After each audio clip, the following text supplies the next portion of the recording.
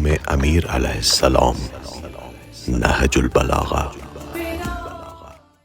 بسم اللہ الرحمن الرحیم۔ خطبہ نمبر 56 آپ کی سماعتوں کی نظر۔ اب مسلمان رسول اللہ صلی اللہ علیہ وآلہ وسلم کے ساتھ کھڑے ہو کر اپنے باپ، بیٹوں، بھائیوں اور چچاؤں کو قتل کرتے تھے۔ اس سے ہمارا ایمان بڑھتا تھا، اطاعت اور راہ حق کی پیروی میں اضافہ ہوتا تھا، اور کرب عالم کی سوزشوں پر صبر میں زیادتی ہوتی تھی، اور دشمنوں سے جہاد کرنے کی کوششیں بڑھ جاتی تھی۔ جہاد کی صورت یہ تھی کہ ہم میں سے ایک شخص اور فوج دشمن کا کوئی سپاہی دونوں مردوں کی طرح آپس میں بھیڑتے تھے اور جان لینے کے لیے دوسرے پر جھپٹ پڑتے تھے کہ کون اپنے حریف کو موت کا پیالہ پلاتا ہے۔ کبھی ہماری جیت ہوتی تھی اور کبھی ہمارے دشمن کی۔ چنانچہ جب خداوند عالم نے ہماری نیتوں کی سچائی دیکھ لی تو اس نے ہمارے دشمنوں کو رسوا اور ذلیل کیا اور ہماری نصرت و تائید فرمائی، یہاں تک کہ اسلام سینہ ٹیک کر اپنی جگہ پر جم گیا اور اپنی منزل پر برقرار ہو گیا۔ خدا کی قسم، اگر ہم بھی تمہاری طرح کرتے تو نہ کبھی دین کا ستون گرتا، نہ ایمان کا تنا برگ و بار لاتا۔ خدا کی قسم، تم اپنے کیے کے بدلے میں دودھ کے بجائے خون دو گے اور آخر تمہیں ندامت و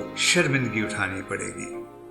خطبہ نمبر 57 آپ کی سماعتوں کی نظر۔ اپنے اصحاب سے فرمایا، میرے بعد جلد ہی تم پر ایک ایسا شخص مسلط ہوگا جس کا حلق کشادہ اور پیٹ بڑا ہوگا، جو پائے گا نکل جائے گا اور جو نہ پائے گا اس کے ڈھونڈنے لگے گا۔ بہتر یہ ہے کہ تم اسے قتل کر ڈالنا، لیکن یہ معلوم ہے کہ تم اسے قتل ہرگز نہ کرو گے۔ وہ تمہیں حکم دے گا، مجھے برا کہو اور مجھ سے بیزاری کا اظہار کرو۔ جہاں تک برا کہنے کا تعلق ہے، مجھے برا کہہ لینا، اس لیے کہ میرے لیے پاکیزگی کا سبب اور تمہارے لیے دشمنوں سے نجات پانے کا باعث ہے، لیکن دل سے بیزاری اختیار نہ کرنا، اس لیے کہ میں دین فطرت پر پیدا ہوا ہوں اور ایمان و ہجرت میں سابق ہوں۔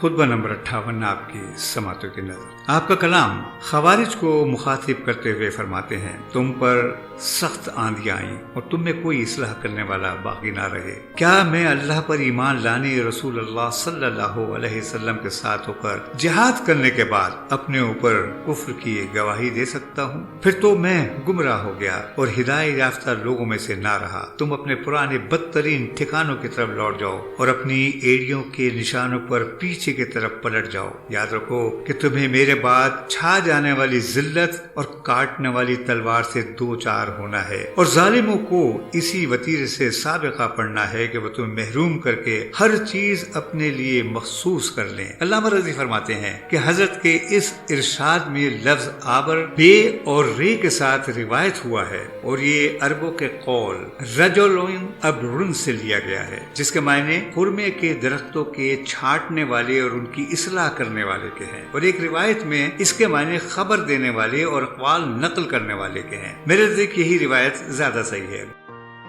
خطبہ نمبر 59 آپ کی سماعتوں کی نظر۔ جب آپ نے خوارج سے جنگ کرنے کا ارادہ ظاہر کیا تو آپ سے کہا گیا کہ وہ نہروان کا پل عبور کر کے ادھر جا چکے ہیں، تو آپ نے فرمایا، ان کے گرنے کی جگہ تو پانی کے اسی طرف ہے۔ خدا کی قسم، ان میں سے 10 بھی بچ کر نہ جا سکیں گے اور تم میں سے 10 بھی ہلاک نہ ہوں گے۔ سید رضی فرماتے ہیں کہ اس خطبے میں نطفے سے مراد نہروان یعنی فرات کا پانی ہے، اور پانی کے لیے بہترین کنایا ہے، چاہے پانی زیادہ بھی ہو۔ جب خوارج مارے گئے تو آپ سے کہا گیا کہ وہ لوگ سب کے سب ہلاک ہو گئے۔ آپ نے فرمایا، ہرگز نہیں، ابھی تو وہ مردوں کی سلبوں اور عورتوں کے شکموں میں موجود ہیں۔ جب بھی ان میں سے کوئی سردار ظالم ہوگا تو اسے کاٹ کر رکھ دیا جائے گا، یہاں تک کہ ان کی آخری فردیں چور اور ڈاکو ہو کر رہ جائیں گی۔ انہی خوارج کے متعلق فرمایا، میرے بعد خوارج کو قتل نہ کرنا، اس لیے کہ جو حق کا طالب ہو اسے پا نہ سکے، وہ ویسا نہیں ہے کہ جو باطل ہی کی طلب میں ہو اور پھر اسے پا بھی لے۔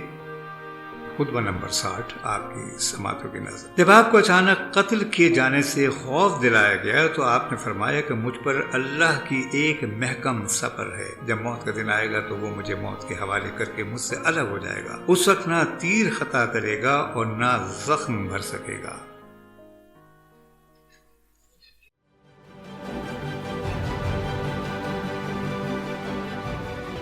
عکس، سچائیوں اور حقائق کا عکس۔